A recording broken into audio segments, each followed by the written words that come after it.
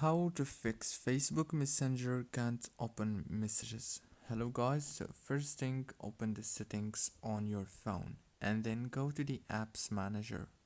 When you open the apps manager, on this page you will find all the apps that you have on your phone.